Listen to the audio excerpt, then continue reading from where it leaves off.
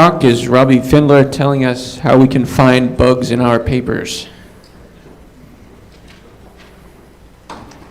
Okay, thank you. A fable. One day, Koala decided to build an FTP server and made the unfortunate choice to use the programming language C. We must not be surprised by this choice, however, as C is well known to be a programming language that is effective for building system software. After a few months of effort, Koala produced a functioning server that was rapidly adopted across the internet and widely used.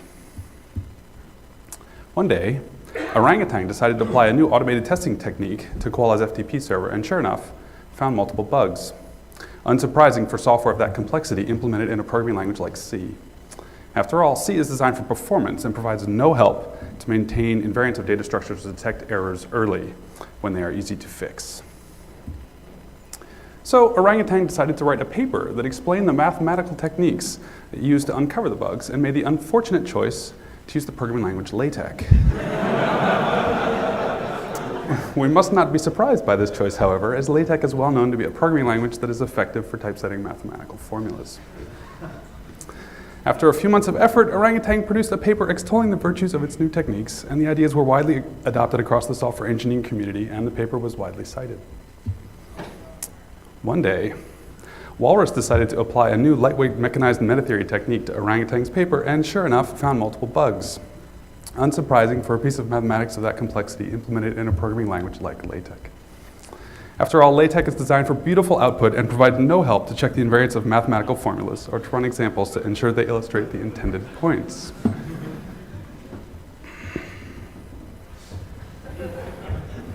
I am the walrus. Okay.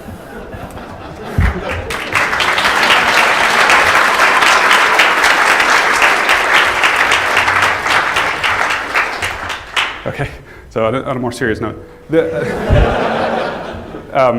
in this paper I'm going to try to make a case for and explore a niche for mechanized meta-theory that I think is underrepresented in our current tool suite.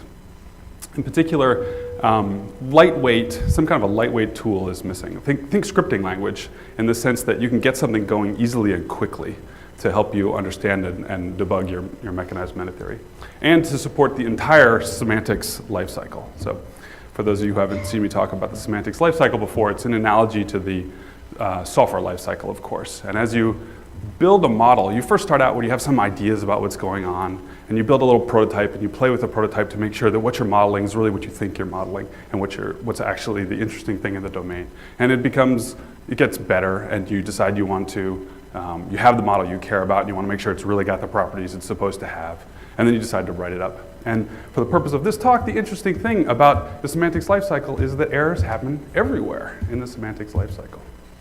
Okay, so Redex is our tool that's designed to kind of fill this niche. And I also want to take a moment to say that K is another tool. If you're not familiar with it, you should check it out. Gregorio Rosu is probably here somewhere.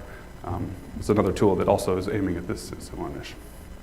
Okay, so we conducted a study to try to understand how well Redex serves this part of our mechanized meta-theory milieu by asking these two questions and giving answers to them. So can random testing find bugs in an existing well-tested Redex model? And can Redex find bugs in published papers? And you won't be surprised to learn that the answer to both of those is yes.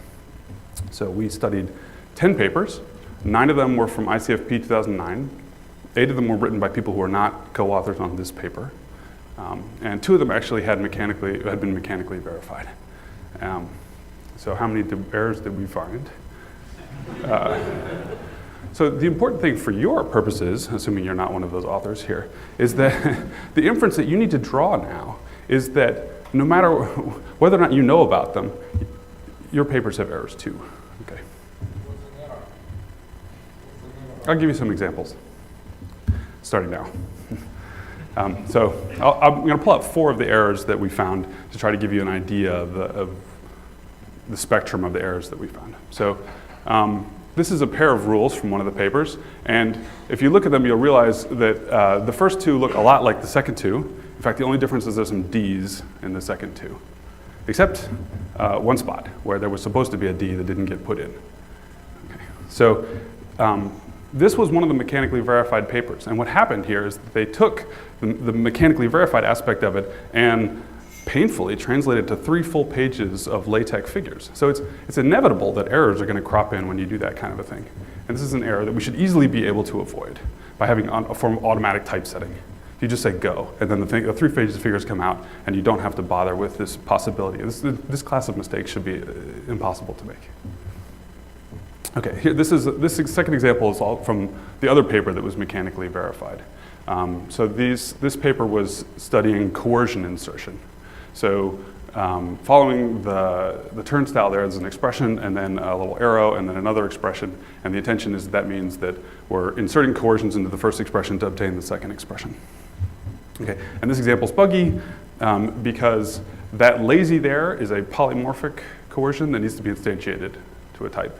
And that was left off of the example. And we're not translating E's to E's, we're translating E's to M's because there can be coercions in M's and there can't be coercions in E's. And so this is the correct example, I believe. And the interesting thing about this one is that examples can be tested. So you combine this with the previous point, what you really should be doing is you should be saying something like poly.v example named lazy int, get it and put it right here in my paper. You shouldn't be putting the LaTeX in there directly, right? Okay. All right, so let's move on to a little bit more interesting example. This is from a paper that is an extension to CML, in particular looking at translations of programs to run on a machine in a Haskell setting to implement CML-like stuff. So this is a program in their setting where you've got one thread that's simultaneously selecting 2 different ends of the same channel. So it's a deadlock, okay, because you can't synchronize with yourself. If you run their compiler, then you get a program that looks like this. I'm not showing you all the thing, that little tilde on top there is in fact a meta function that expands it out into some other stuff. And what's interesting about it is that although this thing on top is stuck, the one on the bottom loops forever. Okay. This bug does not invalidate any of the theorems in the paper. Okay. But it's still problematic because that's not what you want your machine to be doing, obviously. And we stumbled across this bug because Redex has great support for just playing around with examples that help you get a feel for what's going on. And that's how we found this thing. Okay, one final example. One of the false stated theorems that we found in one of these papers. So this was another paper that was also building on CML, but in an ML setting, where they were concerned with the problem of memoization of functions. So if you're memoizing a function in a language where you have thread synchronization, then it's not enough to record the function and its inputs. You also have to record what synchronizations happened during that call, and then make sure those synchronizations are available to happen when you use the memo table. Okay, so that's a setting, and they're sorting all that stuff out. So the theorem says that if you reduce a term with a particular memo store, then you erase the memo store, then it's gonna reduce the same way without it, which is just wrong because the memo store could be lying to you. So if the memo store says that the identity function when applied to 1 returns 2, then you're gonna get 2 out when you trust that memo store, and you're gonna get 1 out when you don't. So let me take a moment here to make a point to defend these authors a little bit. This is not some kind of like, we put a theorem in there because we're supposed to and we really care about our implementation or some kind of a paper like that. There's actually a proof with 12 typeset pages and a dissertation chapter to back up this theorem. I don't understand, I didn't study that proof to understand exactly what's going on, but I suspect it's morally true, and what's really happening is that they need to be more careful about how they're exactly stating the theorem that showed up in the paper itself. Okay. So the interesting thing about it from the perspective of this talk is that random testing is really good at this kind of ferreting out this kind of a bug. So if you can get your theorem to the point where you can just write it down, then random testing will throw all kinds of junk at it, and we'll quickly give you examples that look like this to show you that it's wrong and to give you a hint what's going on. Okay? All right. So to recap, important things that these examples suggest and our study suggests is that we should have automatic typesetting, we should have unit testing, we should have a nice facility for exploring examples, and random testing. Okay, so let me show you Redex now, So this is a reduction system that I've coded up in Redex. That's the whole thing on one slide, and in fact, half of it is the type system. It's a call by value lambda calculus where I've added amb to it, so McCarthy's ambiguous choice. So most of it's completely standard, so let me just zoom in on the parts that you may not be familiar with. So we add one new expression form, amb. It's got a bunch of sub-expressions, and it's intended to represent the ambiguous choice between one of these. So like any one of these is good. The typing rule is completely boring. If all the arguments to an amb have type num, then the amb has type num. In fact, there's a more general typing rule that you could put there with t's instead of nums, and that I'll show you why when we look at the Redex code, why I didn't do that here. Okay, the interesting thing is the evaluation rule. So to support this notion of ambiguity, we have a notion of programs, not just expressions reduced, but entire programs reduced. And a program is really just a sequence of expressions. So initially there's just one. And then when you hit an ambiguous choice, then you're going to get one expression for each different way the choice could have played out. And that's what this rule is saying here. So that square bracketed amb thing there on the right side of the box, that's the label of the rule. Okay, not to be confused. So it's saying that if you have some sequence of expressions where in the middle you have an evaluation context that contains an amb expression. So E1 and E3 are just like some stuff. And here's our evaluation context where there's an amb in the middle. Then you're going to reduce that by duplicating the context around each of the arguments to the amb and kind of splicing that into the program context. So all of those arguments to amb now become their own expressions that can evaluate independently. So like what all this rule is doing is taking that ellipsis next to E2 and then pulling it out, 2 sets of parens roughly. So splicing it into the top context. Okay. All right. So Redex, here we go. So here's the code in Redex for that. Oh. Okay.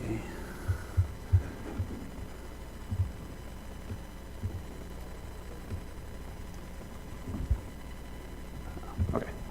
Here's the code in Redex. So the first line is just saying this is a Racket program. The second line is saying pull in the Redex domain-specific language and a substitution library. And then that provide is exporting some of the things that are defined in this file so that the test suite can be in a separate file, basically. All right, so define language is saying, giving a name, L, to this grammar, which has the P non-terminal, which is a sequence of, P is a sequence of expressions, you saw that a moment ago. E is got those 6 alternatives, so we've got application, abstraction, variables, addition, number, and then the amb expressions, types, and this variable not otherwise mentioned thing is the long ugly name that says that X can be pretty much anything except, in this case, lambda, amb, plus, like literals in that grammar.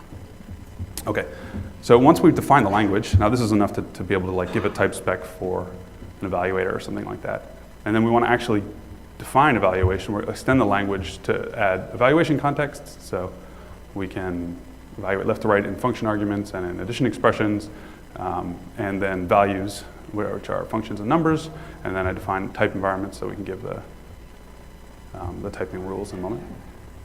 Okay, so once we've got our grammars defined, then you tell Redex that you want to define a reduction relation, so there it is. I'm going to use this grammar, so if there's any non-terminals that get mentioned here, this is where you go find out what they were. And then it's saying, so here we're saying call by value substitution here. When you see an application expression where the arguments are evaluated, do substitution. That's the addition rule. It uses this summation thing, which is defined at the arrows pointing at something down below that's basically just escaping into Racket. So we're not really modeling the numbers directly. And then there was the same rule again for amb. And then here's the typing rule, the typing judgment. So this is saying define the judgment form. Okay. Types is our judgment form. It's a 3-area relation, mapping environments, expressions, relating environments, expressions, and types. And here, so let me show you that amb rule, which was down at the bottom. So that line of hyphens is intended to be the horizontal bar that you see, illustrative of that. So this is, okay, so it's just the same thing you saw on the slide before, right? A few more parentheses. So this mode spec right here is saying that it's telling Redex how to interpret this as roughly a functional program. So it's saying, you should be able to, Mr. Redex, translate types as a relation into a function that takes the gamma and the e as input and produces a set of t's as output.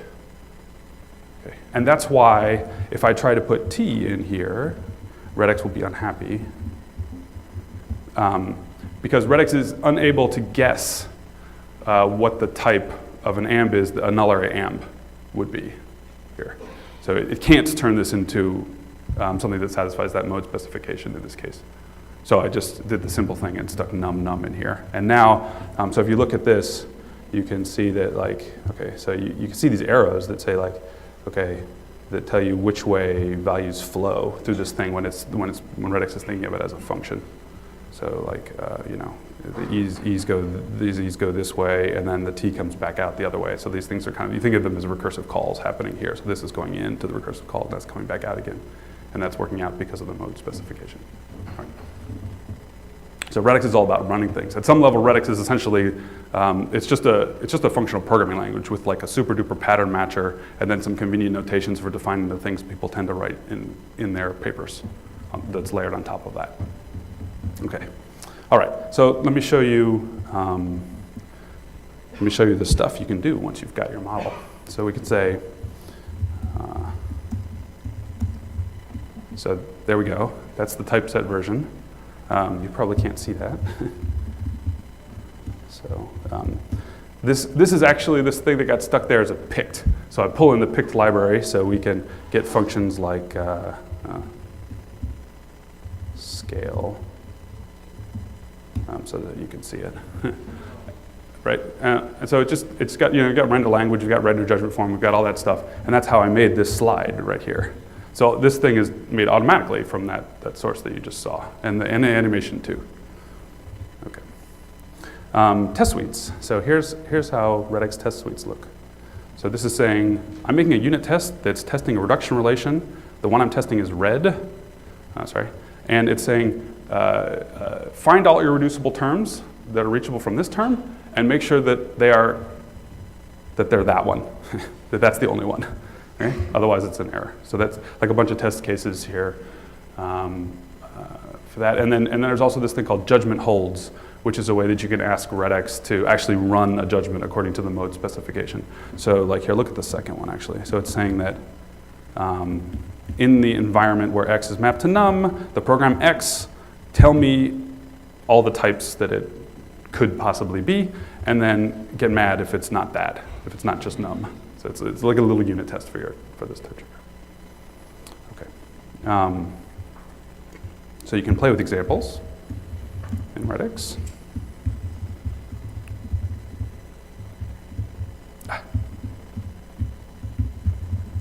So here, let's look at this. So traces means show me the reduction graph according to this reduction relation that starts here. So everything that's reachable from this term, okay, in a little GUI window. So there it is. Okay, so and you can, it's got a not so clever graph layout algorithm built into it, but we can call into dot and use a more clever one. So here's what it looks like. So you start out with this term, then the only thing you can do is you can resolve this ambiguity to produce these two terms. So now we have two parallel terms where we've got a little bit of the ambiguity resolved. And then there's this little diamond shape where at the bottom of it we have this term where there's all the ambiguity has been resolved from this term, and then there's just a bunch of addition expressions which could happen in any order due to the way I've set the reduction system up. And then there's, you know, everything gets here at the bottom eventually. So those are the possible answers from this term, as you've probably figured out already. And then there's like some stuff hanging out outside those diamonds that correspond, like here, like this one, corresponds to a situation where you've resolved some of the ambiguity and you've done some of the arithmetic, but you know, so you're kind of this in-between thing. Okay, so that's useful to give you an idea about like what's really going on in my production system. Okay, and then so I've put together my random testing example is the statement of progress. So if you, this is a thump here. So if you run it, and I'll tell you what the code is doing in a minute, but if you run it, it says, okay, I was unable to falsify your statement of progress in 1,000 attempts, using 1,000 random examples. And so it says, right, so what you read this as is, I'm gonna do some random checking. This is the language I'm interested in. Make me up a random E, see if you can make that thing be false, and then yell at me if it's false. So it's saying, if it type checks then either it's a value or it reduces.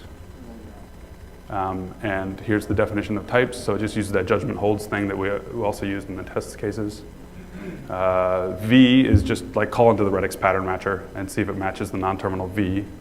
And then reduces is calling apply reduction relation. So that's like a helper function that is kind of the workhorse of that reduction graph that you saw a moment ago.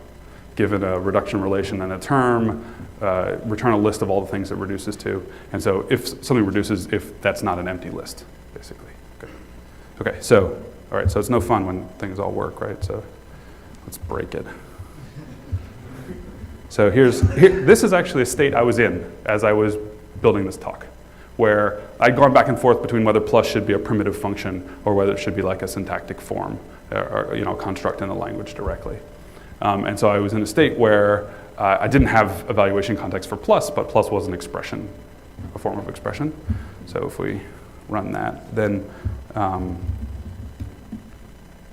there you go. Progress fails right away. It finds all kinds of random examples for it.